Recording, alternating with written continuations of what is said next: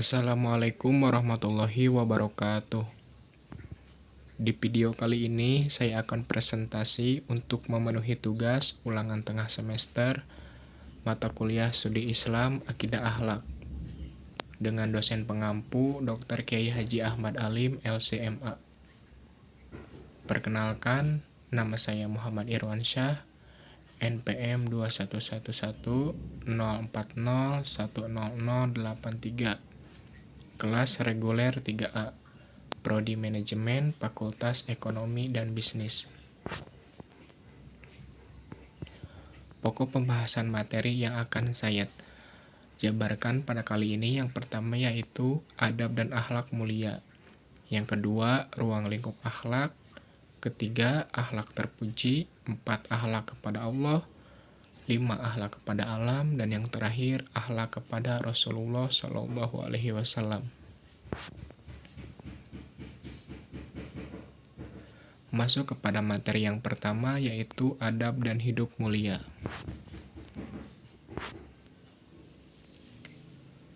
Pengertian adab. Adab dalam bahasa Arab yang artinya budi pekerti, tata krama, atau sopan santun. Arti adab secara keseluruhan yaitu segala bentuk sikap, perilaku, atau tata cara hidup yang mencerminkan nilai sopan santun, kehalusan, kebaikan, budi pekerti, atau akhlak.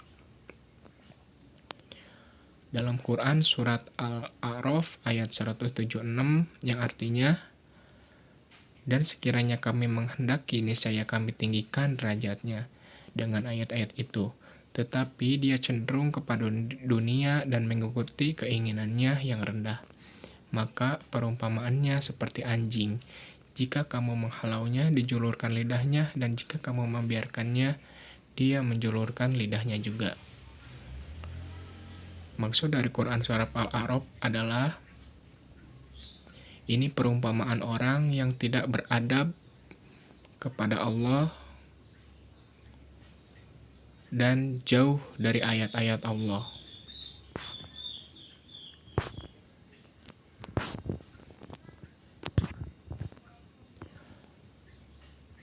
Materi yang kedua yaitu ruang lingkup akhlak. Pengertian akhlak.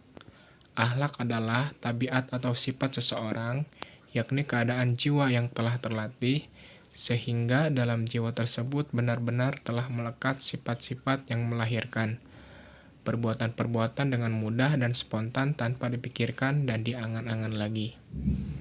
Ruang lingkup akhlak meliputi akhlak kepada Allah, akhlak kepada manusia, akhlak kepada alam semesta, yang mana akan kita bahas juga pada slide berikutnya. Yang ketiga yaitu akhlak terpuji kepada sesama manusia. Pengertian akhlak terpuji. Perilaku terpuji atau akhlak terpuji adalah sikap, ucapan, dan perbuatan yang baik sesuai ajaran Islam. Kendatipun manusia menilai baik, namun apabila tidak sesuai dengan ajaran Islam, maka hal itu tetap tidak baik. Sebaliknya, walaupun manusia menilai kurang baik, apabila Islam menyatakan baik, maka hal itu baik. Contoh akhlak kepada sesama manusia yaitu menjaga hubungan baik, misalnya kita dengan cara bersilaturahmi. Yang kedua yaitu berkata benar. Yang ketiga, tidak meremehkan orang lain. Yang keempat, bersangka baik atau husnudzon. Dan yang terakhir yaitu kasih sayang.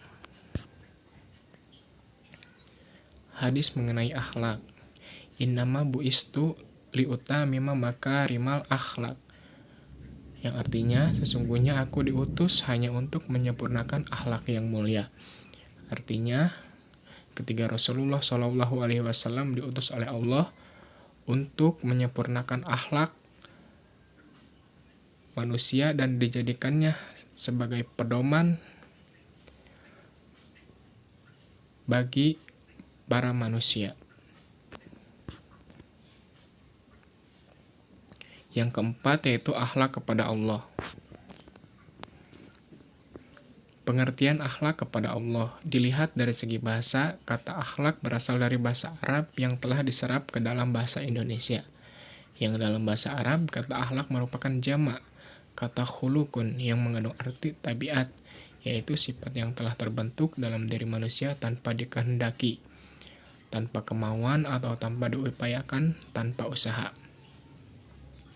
Akhlak kepada Allah adalah kita melaksanakan semua perintahnya dan menjauhi larangannya seperti yang terdapat di dalam Al-Quran dan Sunnah.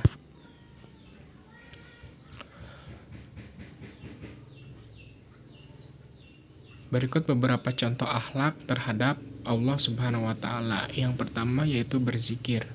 Berzikir dan selalu mengingat dan mengagungkannya dengan kalimat-kalimat Allah Subhanahu wa Ta'ala juga termasuk akhlak kepada Allah. Kemudian yang kedua bersyukur. Ketika kita mendapatkan nikmat dari Allah, hendaknya kita senantiasa selalu bersyukur atas apa yang telah Allah berikan. Kemudian yang ketiga sabar. Sabar ketika menghadapi cobaan yang diberikan kepada Allah Subhanahu wa Ta'ala kepada kita. Ini beberapa contoh akhlak terhadap Allah Subhanahu wa Ta'ala. Kemudian akhlak kepada alam. Akhlak kepada alam berarti tingkah laku kita kepada lingkungan sekitar. Bagaimana kita bisa menjaga apa yang ada di sekitar kita, baik berupa hewan, tumbuh-tumbuhan, gunung, sungai, dan lain sebagainya. Contohnya, tidak membuang sampah sembarangan dan senantiasa menjaga kebersihan, sebab salah satu cabang iman dalam Islam adalah kebersihan. Ketiga, tidak menebang pohon sembarangan.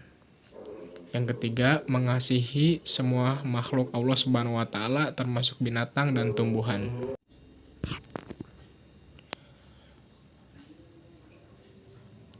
Dijelaskan dalam Quran surat Al-Anbiya ayat 107,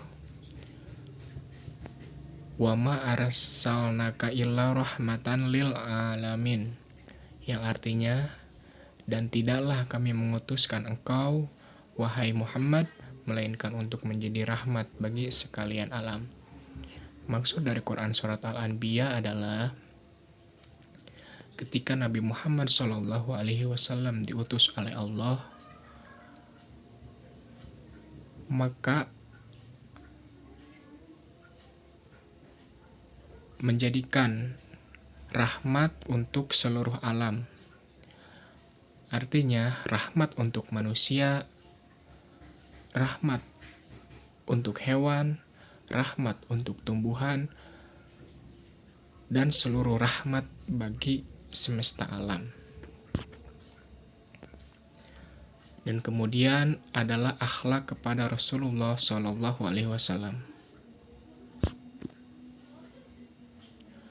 Akhlak al-karimah kepada Rasulullah SAW adalah taat dan cinta kepadanya. Mentaati Rasulullah berarti melaksanakan segala perintahnya dan menjauhi larangannya. Ini semua telah dituangkan dalam hadis sunnah beliau yang berwujud ucapan, perbuatan, dan penetapannya. Ibnu Qatadah pernah bertanya kepada Aisyah radhiyallahu an tentang akhlak Rasulullah SAW. Maka Aisyah radhiyallahu an menjawab, "Kana khuluqul Quran." Artinya akhlak beliau adalah Al-Quran, yakni sebagaimana yang terdapat di dalam Al-Quran. Contoh akhlak kepada Rasulullah yang pertama berkata jujur, yang kedua ikhlas, ketiga amanah, dan yang terakhir mengikuti sunnahnya. Contoh ini adalah termasuk contoh akhlak kepada Rasulullah SAW. Jadi kesimpulannya dari semua materi yang telah saya tadi sampaikan yaitu pada dasarnya akhlak bersumber pada nilai-nilai syariat Islam. Ruang lingkup akhlak meliputi akhlak kepada Allah, akhlak kepada manusia, serta akhlak kepada alam semesta. Dari sisi penyerapan makna akhlak juga dapat menimbulkan perkembangan makna yakni etika dan moral. Walaupun perbedaan ketiganya dapat dilihat dari dasar penentuan atau standar ukuran baik dan buruk yang digunakannya. Sedangkan standar baik dan buruk akhlak berdasarkan Al-Quran dan Sunnah Rasul Moral dan etika berdasarkan adat istiadat atau kesepakatan yang dibuat oleh suatu masyarakat. Jika masyarakat menganggap suatu perbuatan itu baik, maka baik pula lah nilai perbuatan itu.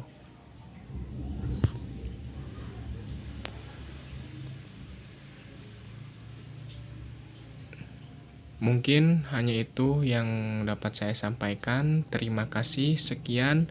Mohon maaf bila ada salah dan kekurangan. Wassalamualaikum warahmatullahi wabarakatuh.